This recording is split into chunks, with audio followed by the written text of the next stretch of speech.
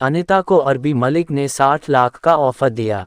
अनिता पहले ही शादीशुदा थी, पर 60 लाख सुनकर उसकी नीयत बदलने लगी और फिर उसने मालिक से कुछ दिन की मोहलत मांगी और सोचने लगी कि इतनी सारी रकम सारी जिंदगी भी नहीं कमा पाऊंगी।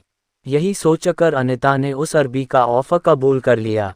मगर पहली रात को ही अनिता के होश उड़ गए, क्योंकि अरबी ने पहली रात को ही अनिता पूरी रात सही से सो नहीं पाई थी।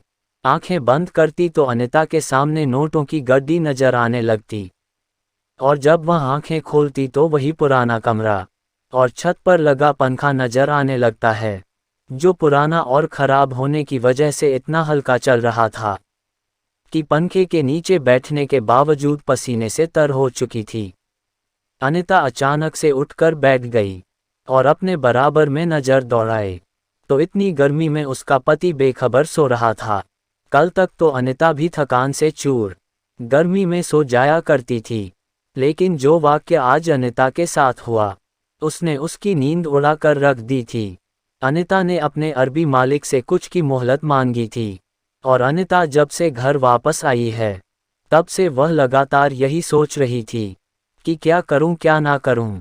60 लाख कोई छोटी रकम नहीं होती है, लेकिन इस रकम के बदले जो चीज़ उसके मालिक ने मांगी थी वह भी छोटी नहीं थी, वह बहुत बड़ी बात थी। क्योंकि अनिता शादीशुदा थी, वह कैसे अपने मालिक के साथ वह सब कर सकती थी जिसका हर्जाना उसे 60 लाख की रकम के तौर पर उसे दिए जा रहे थे।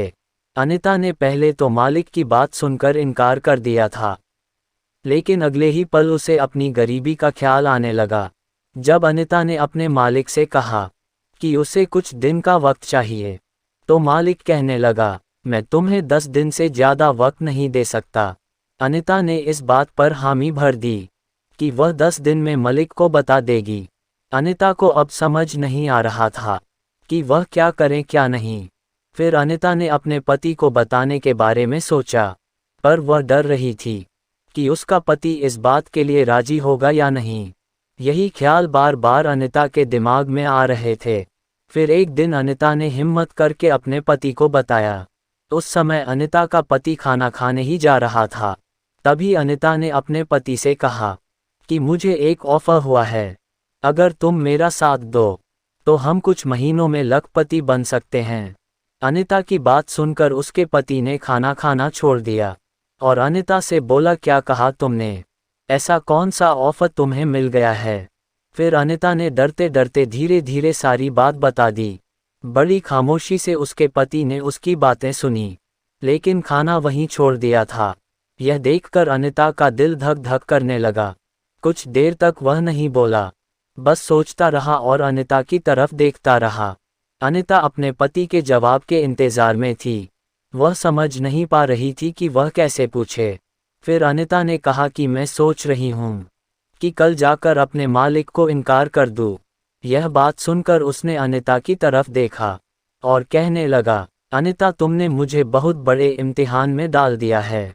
जो रकम तुम्हारे मालिक ने कही है वह रकम इतनी ज़्यादा है कि मैं समझ नहीं पा रहा हूँ कि क्या जवाब दूँ।